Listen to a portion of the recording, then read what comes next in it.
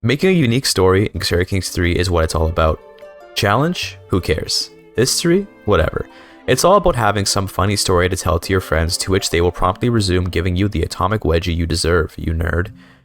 In the hopes of continuing the cycle of bullying, I'm going to provide you 5 magazines of ammunition with which you can regale your friends in the form of 5 interesting hybrid cultures you can use to make a fun story for yourself and some fun gameplay. This guide requires no mods or anything, it's all base game, but it will need royal court in order to do hybrid cultures, or you can take the painstakingly long process of actually reforming each of the cultural traditions on your culture as you go.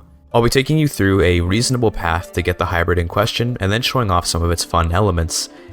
In the interest of time, I'm going to use debug mode to quickly show what I want you to see as I'm explaining things, but rest assured, I have in fact played each of these cultural setups to ensure they are actually fun and interesting. Anyway, these are the 5 cultures I have in mind. Some are named more creatively than others, and each follow a certain archetype. We'll start with the one at the top, the Naneti.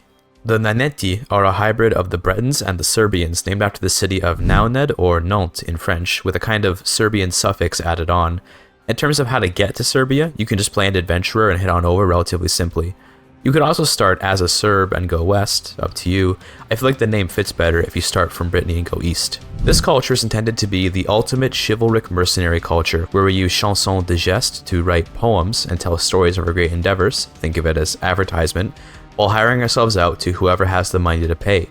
We use the power of Koni in combination with battlefield looters to inflict heavy casualties via the pursuit stat on the Koni unit to create huge amounts of gold when we win battles, and we use stalwart defenders and the stoic ethos to get a huge bonus for fighting on the defensive. All we have to do is bait the enemy into fighting us and we'll have a huge advantage. There is exactly one roadblock to making this culture, and that's that Serbian culture has staunch traditionalists, which means you'll have to get to 80% acceptance to hybridize with them. Thankfully, we can use the power of grand tours to make that happen. Alternatively, the Palabian culture also features stalwart defenders and Koni raids, but it's located in a less war-torn region, meaning you'll have fewer mercenary opportunities out there. I was able to form the Serbian hybrid in 1 character's lifetime despite the hefty 80 acceptance requirement, although it was a very long character lifetime. Holding court can also help you get more acceptance, and if you have tours and tournaments, grand tours with cultural festivals work wonders. These are the first 5 cultural traditions we obtain, as you can see on screen. From there, you can continue your campaign to the later eras of the game and add more traditions. Some fitting options might include martial admiration, devoted horsemanship, or hit-and-run tacticians. You could also try branching out a little bit into other stuff entirely if you want, depending on how your story is going. In terms of what you can do with this first set of cultural traditions, the obvious choice is to roleplay a mercenary realm. Using swords for hire, you can offer your services to any lord willing to pay you, and that means you just have to scan around for wars and offer yourself up for money. Try sending poems out to lords that aren't quite sure if they want to hire you, and see if your targeted advertising works on them. From there, you're incentivized to fight because you'll gain gold from winning the battles via your battlefield looters tradition, which gives gold per casualty you inflict. If you have the Cons of the Steppe DLC, you could even take this culture to the steppes and try to use your Koni to defeat the steppe nomads, but good luck against those legendary horse riders. Anyway, let's move on to the next culture, the Zardans. The Zardans are a hybrid of the Swabians and the Sardinians. The name is the first part of Sardinian, Sard, with the en suffix from German added in to denote a plural, equivalent to Sards, essentially. I'm pronouncing the S in Zarden as a Z sound to reflect the German origin of this culture, since Germans pronounce the letter S with a Z sound. This culture is a totally isolationist, playing tall monstrosity, but it's intended to be a little more fun than that. You see, I find playing tall horrifically boring, so I like to spice my gameplay up a bit with unique and interesting challenges. The culture, as a hybrid of the industrious Swabians and the isolated Sardinians, isn't super interesting per se. What we're playing off of here is the family business tradition, which makes members of your house more effective as counselors, and a companion faith that allows unrestricted marriages. You can play a faith like Adamite or Messalianism, which is hostile to Christians and Muslims alike, and will likely bring you under attack from just about every angle imaginable. This is just what we want. You'll notice the covert little Stalwart Defenders tradition in there, and Stalwart Defenders increases the gold you get from winning defensive wars by 100%. This creates a situation where your heretical, incestuous mega kingdom of Sardinia will be under near constant attack from North Africa, Italy, France, and maybe even Spain, but your people specialize in defending themselves. You can then use the money you get from all your defensive wars to build up your domain. The only thing is, with all this money and power you'll have, you might quickly find yourself too powerful to tempt the nearby lords into fighting you, so you'll have to thread the needle between a boring game where no one attacks you, and a disaster save where you're being invaded from every angle and die. One thing that will help you win, even if numerically you're quite weak, is that you are an island, assuming that you conquer Corsica, and that means every enemy will have to take a huge naval landing penalty to fight you. That's a pretty massive -30 to their advantage score, which should help secure you the win. This is where I have to add a caveat though, which is that depending on your start date, the AI might be very willing or very unwilling to declare war on you. In 867, most of the non-conqueror AIs on the map are less hungry for war than the AI in 1178, and that's because money is way less plentiful in the early game, and general army numbers are much lower. If you're looking to focus in on this sort of defending your island type of gameplay, then start in 1178. If you're looking more to play tall, start in 867 maybe, and for a balanced experience go to 1066. This culture pairs well with a creative custom faith, and as such, the first 5 culture traditions are pretty open-ended. You're industrious and parochial if you keep all your Swabian traditions, or you can leave them blank if you want. I like the idea of adding something like religious patronage, as you invest all the money you obtain from the invaders on your beaches into making churches that glorify your heretical faith. It's a huge flex on your invader, and is really funny to me. You could also do something like expert artisans and just make artifacts all day and give them fun, unique names or something. Finally, your ultimate goal would be to have a realm composed of only your deeply inbred house.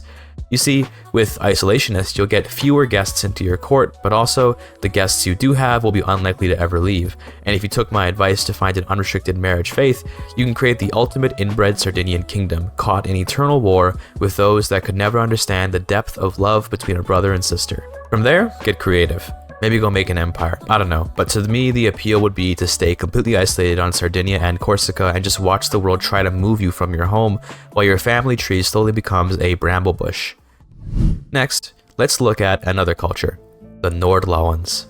The Nordlauens are a hybrid of the Danes and the Scots, which means you'll have to either be very patient or start in 1066 at least for this culture to work. The name comes from the Danelauen culture, but replacing the Dane morpheme with Nord. It would translate to Northern Law People instead of Danish Law People. There's a fun game full of intrigue ahead of you with this culture, and it involves creating an administrative kingdom using the Scots bureaucratic ethos, and pairing it with eye for an eye from Danish culture to make for a kind of mini Byzantine experience. This totally still works if you don't have the Roads to Power DLC for the administrative government, by the way, but it's just an amplified experience if you use it. This culture centers on eye for an eye, which will randomly assign you new rivals to deal with, although you're more than welcome to make your own rivals via some seduction schemes or something. Whenever you kill a rival, you gain some prestige and lose some stress, alongside whatever other effects come out of the rival's death, which will be made more meaningful by the administrative government type. Beyond that, we also use strong kinship to make those one-on-one rivalry scenarios into something more like a family-on-family issue. With strong kinship, you increase your opinion of all your house members, while you lose opinion with your liege. That means that as the ruler of the Nordlauen kingdom, you'll find your vassals a little harder to please, but your house members a little easier to. You'll also gain prestige from granting land to your family, so it's in your interest to strip the other families of their titles and replace them with yours. So, what happens when the entire kingdom has only your house members on any throne? Well, those old house members will start making cadet branches, and guess what?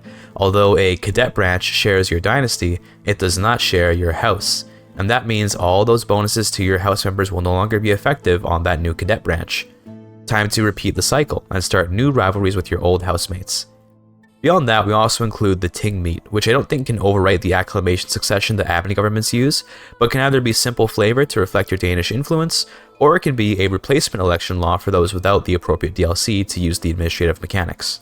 The last 3 traditions we use for this culture are relatively small additions. First, Xenophilic to me is fun because it's all about inviting different cultures to the realm. Now, the intention is not to land these new cultures, but instead to have a way to acquire neutral outsiders who won't be involved in all the clan politics of the kingdom. Need an assassin but can't trust anyone and don't want to potentially sully your family name by asking your second cousin thrice removed to do it? Hire some Englishman willing to murder for coin. I also added medicinal herbalists, and this is more for the effect it gives, which is an increased success chance to all murder schemes. It just sort of means anyone trying to kill anyone will have a slightly easier time as they put deadly herbs into their poisons. Finally, we tie it all together with hereditary hierarchy, which makes tyranny a bit more difficult of a thing to handle. It will encourage you to not just do some big tyranny war and imprison all the other clans. You don't want to ruin your own fun by not engaging with the culture the way it's meant to, after all. Hereditary hierarchy also makes loyalty more valuable, which feels appropriate given the tempestuous nature of this culture already. In terms of where this culture can go, I'd recommend eventually taking something like Quarrelsome. It fits with the vibes of the culture and will let you eventually expand the kingdom significantly. It's up to you if you want to start allowing foreigners to hold land or if you want to continue the system of clans that you've already established. I'd also recommend marital ceremonies, which is nice because it prevents divorce.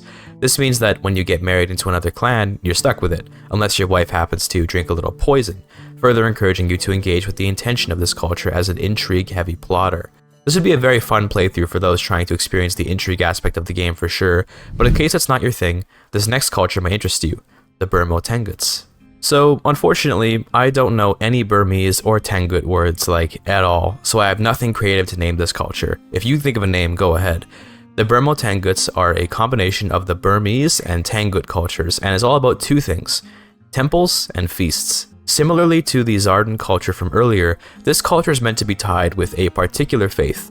That faith is Ari Buddhism, which is a unique Burmese branch of Buddhism that has the ritual celebrations tenet. Where Zardan was intended to be an isolated, hostile religious group, Burmo Tengut is the opposite. It's all about just chilling and partying. We use religion blending to ignore negative opinions from other faiths, which will let us be able to invite more people to our feasts, and we can host feasts more often using frequent festivities. From there, I've got religious patronage, fervent temple builders, and monastic communities, and the intention here is that you get enough piety to eventually make your own variant of Ari Buddhism that features lay clergy. You see, with lay clergy, we can own our own temples instead of the court priest. When you have monastic communities, every temple grants bonuses to learning to the holder of the temple. Normally, that creates a court priest with insane learning because he's getting all those learning bonuses himself, but we can instead make most of our domain into temples and hold them personally for an insane amount of stacked up learning bonuses. But learning? Who cares about learning? This is where you wait until your cooldown to reform the culture is up and you add warrior priests. Much like monastic communities, warrior priests add stat bonuses to the holders of temples, but instead of wimpy learning, you get martial and prowess. Now, Buddhism is a nominally pacifist faith, but Ari Buddhism is not pacifist, not to mention the fact that you'll be making your own faith, so just pick something else. I know I said that this build is intended to not be like the hostile Zardans, but the frank truth is it'll get boring really fast to sit around hosting feasts and making temples, so I'm suggesting you eventually transition to a more expansionist faith, but by doing it this way with all the stacking temple modifiers, you can roleplay a once isolationist and happy collection of monks that have embraced an outward focus for their faith. If you are intending to stay peaceful, you could try adding culinary artists and brewing culture to make your feasts even more powerful, but I'm telling you, holding 8 temple holdings and watching all that martial and learning score stack up is extremely satisfying. You can get creative yourself and decide where you want to go from here, but this setup gives you access to a unique way to pump up your military might and perhaps conquer all of India.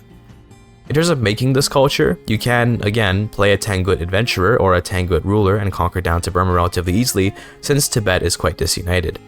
I do recommend moving from the Tangut culture to Burma, since your Ari holy sites will all be in Burma proper. You can even use Burma as a staging ground to set up your unique faith and culture, and then later become an adventurer and take your way of life west, where you can drink and be merry among the Europeans, and use your Shaolin monk-like abilities to defend yourself from anyone trying to disturb your parties.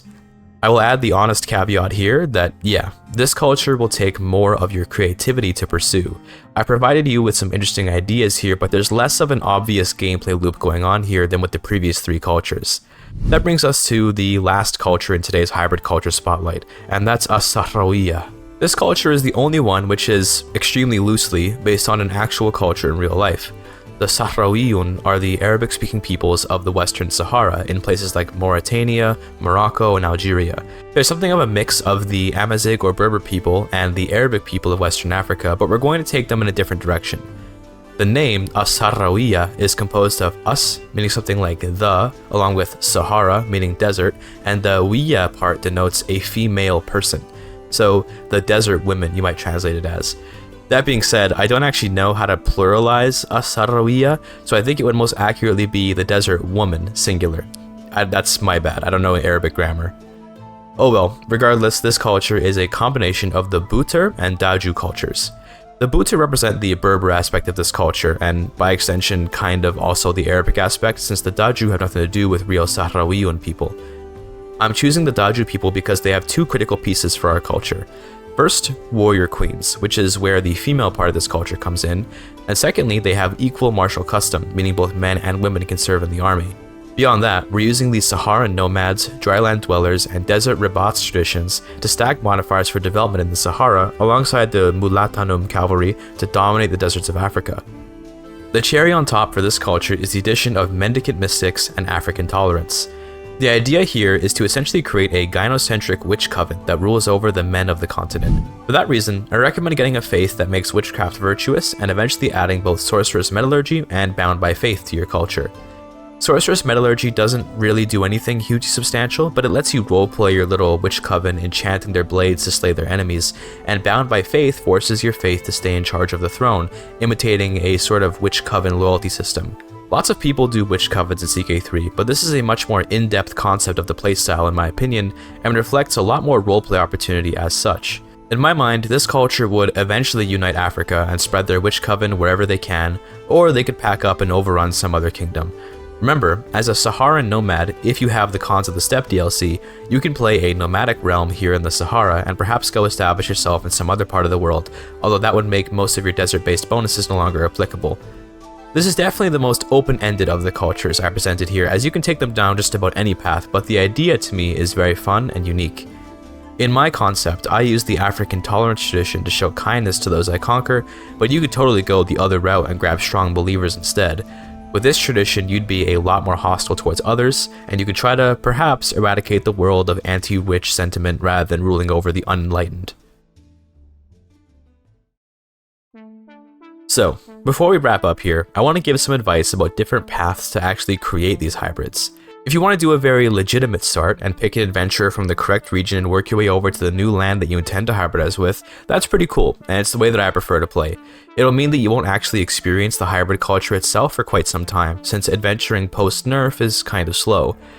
An alternative would be to make a custom ruler of one of the cultures you intend to use and put that ruler on top of the other culture. It's super ahistorical and might harm your origin story, if we can call it that, but it will certainly save you some time. For example, while testing out the Nordlauan culture, it took me forever to build up enough strength to invade Scotland, and I honestly could have just started off as a custom king of Scotland with Danish culture to save myself time. If you're okay with that little immersion break, then I'd wholeheartedly endorse going about it that way.